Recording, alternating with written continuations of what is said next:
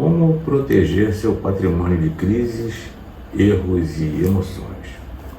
Se existe algo que aprendi ao longo dos anos, acompanhando pessoas que construíram patrimônio, é que ganhar dinheiro é apenas uma parte da jornada. O verdadeiro desafio começa depois de proteger o que você construiu.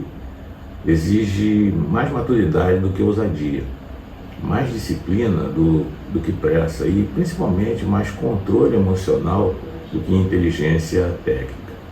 Se você tem mais de 50 anos, essa conversa é ainda mais importante, porque o tempo passa a trabalhar de outra forma.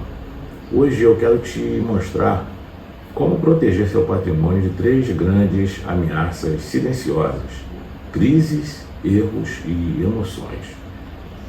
Não com promessas milagrosas, mas com lógica, prudência e visão de longo prazo.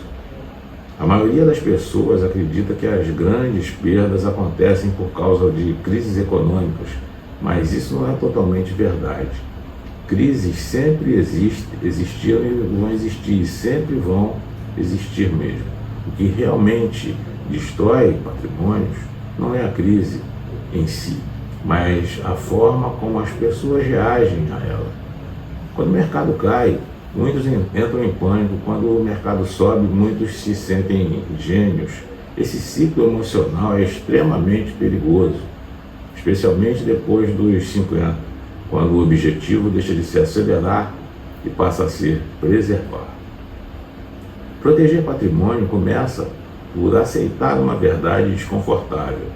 Você não controla o mercado, a economia ou os governos, mas controla como organiza seu dinheiro, como toma decisões e como reage aos acontecimentos. Essa mudança de mentalidade é o primeiro passo enquanto você tenta prever o futuro. Estará sempre vulnerável quando passa a se preparar para cenários diferentes. Você ganha tranquilidade. Um dos maiores erros que vejo é concentrar tudo em um único lugar. Pessoas que têm praticamente todo o patrimônio em imóveis, ou todo o patrimônio em renda variável, ou todo o patrimônio em um único produto financeiro, isso cria uma falsa sensação de segurança. Diversificação não é sobre ganhar mais, é sobre perder menos quando algo dá errado. Patrimônio protegido é aquele que não depende de uma única decisão acertada. Outro ponto crucial é separar crescimento de proteção. Muitos investidores continuam com a mesma mentalidade agressiva que tinham aos 30 ou 40 anos, mesmo quando já estão próximos da aposentadoria, ou vivendo dela, né? Isso é um erro comum. Depois dos 50, o foco precisa ser migrar gradualmente para a previsibilidade. Isso não significa abrir mão de rentabilidade, mas sim entender que o patrimônio agora precisa trabalhar a seu favor e não de tirar o sono. Crises são inevitáveis, mas elas não precisam ser fatais.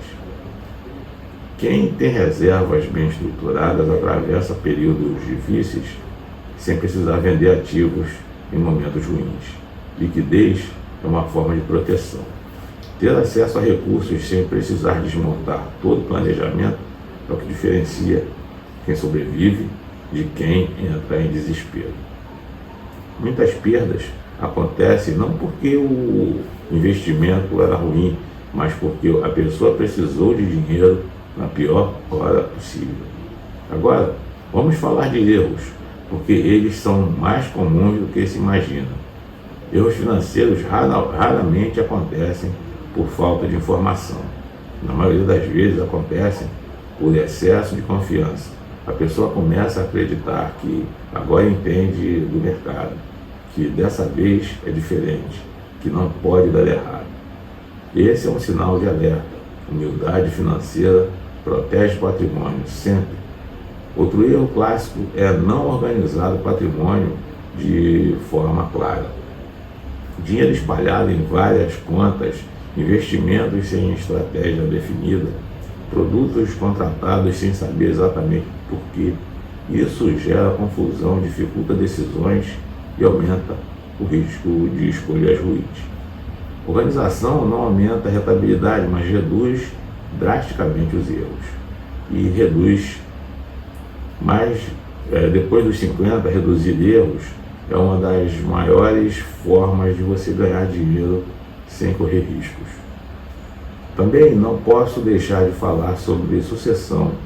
Muitas pessoas evitam esse assunto por desconforto emocional, mas a falta de planejamento sucessório é uma das maiores ameaças ao patrimônio familiar.